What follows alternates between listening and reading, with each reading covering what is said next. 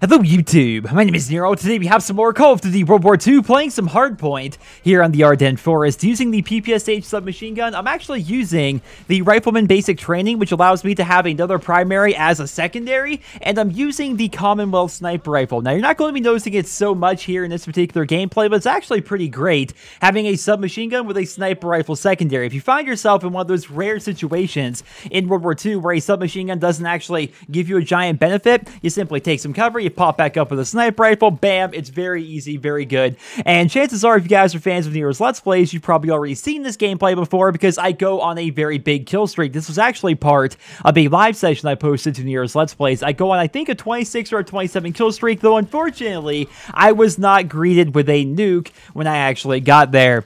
Sad times indeed. I actually watched some other people's videos because I kept trying to get that 25 gun streak, but I couldn't actually do it during the beta, and I found other people's videos, Scump in particular, who went on a couple of 30 kill streaks, and in there, he did not actually get a nuke whatsoever. So from what we've learned, the nuke is not going to be in Call of Duty World War II, or at the very least, it was not available during the beta, the first 2 weekends. It could be there for the PC beta, which is next weekend. It could be there when the game goes live in November, but so far, we have no real reason to believe that Sledgehammer is going to be adding a nuke to this game, which is really concerning if you ask me. In my opinion, a nuke would be perfect for Call of Duty World War II. Number one, because it's World War II, right? Because World War II is the only war to ever have actually had nuclear weapons used. And number two, it just makes so much sense, guys. I mean, if you're talking about Sledgehammer Games, they helped out with Modern Warfare 3, which had MOABs. They made Advanced Warfare, which had DNA bombs. It just makes so much sense for them to have like this big nuke hidden kill streak in the game, and to see it not there so far for Call of Duty World War II is a little bit disappointing to me.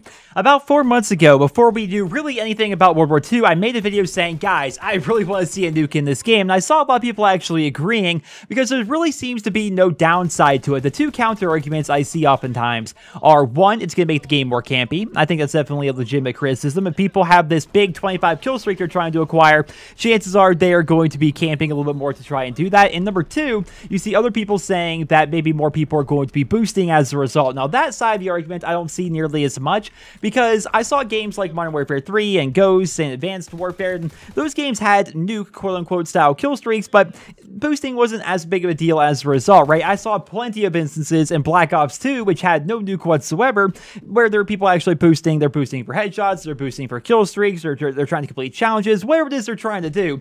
Cheaters are going to cheat regardless, so I don't think having a nuke in there would necessarily mean a bigger influx of boosters, but I do think it would make it so people are going to camp a little bit more on occasion if they actually go on those bigger kill streaks, which could negatively affect the game, I suppose, but I don't see that in like any real quantifiable way. Like, it's hard to judge whether or not the game is going to be campier as a result. Like, you look at the original Black Ops 2 and Black Ops 3, those games did not have a nuke. Then you compare those to Modern Warfare 2, Modern Warfare 3, Ghost, and Advanced Warfare. Would you say that those games are campier than Black Ops 1 or Black Ops 2, for example? Because I remember back in Black Ops 2, Target Finder LMGs were all the rage, and there was no nuke for those people to go for. They just decided on their own that they were going to sit inside a windowsill the entire game. You had Black Ops 1, which was pretty much dominated by assault rifles. Those games were relatively campy in the grand scheme of things, and there was no nuke forcing those people to actually go ahead and do that. So I don't know if there's really a downside to it, to be perfectly honest. We do know that Sledgehammer Games is trying to be somewhat politically correct when it comes to World War II. They're trying to take a war that was not politically correct whatsoever and make it so it's a little bit more palatable to the vast majority of people out there. So I can see a situation where maybe they decide to exclude the nuke from World War II because they don't want to deal with the fallout of adding in nukes to a game where they're kind of based off of real life nukes, right? Because World War II is the only war to ever actually have nuclear weapons used in there, and the nukes that were used, the little boy and the fat man, they were used to take out hundreds of thousands of Japanese, most of them being civilians, right? So I can see a situation where they think, maybe we don't want to have that particular kill streak in the game.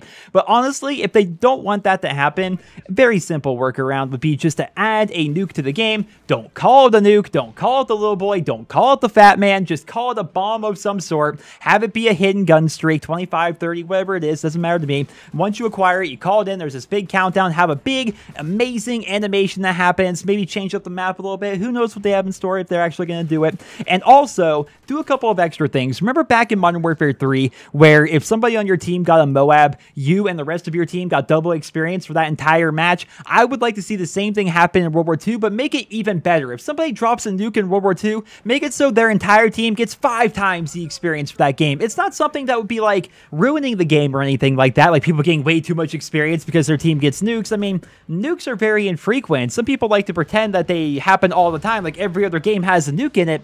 Guys, I have played the series for a decade. I have got dozens upon dozens upon dozens of nukes, Moabs, chem strikes, what have you.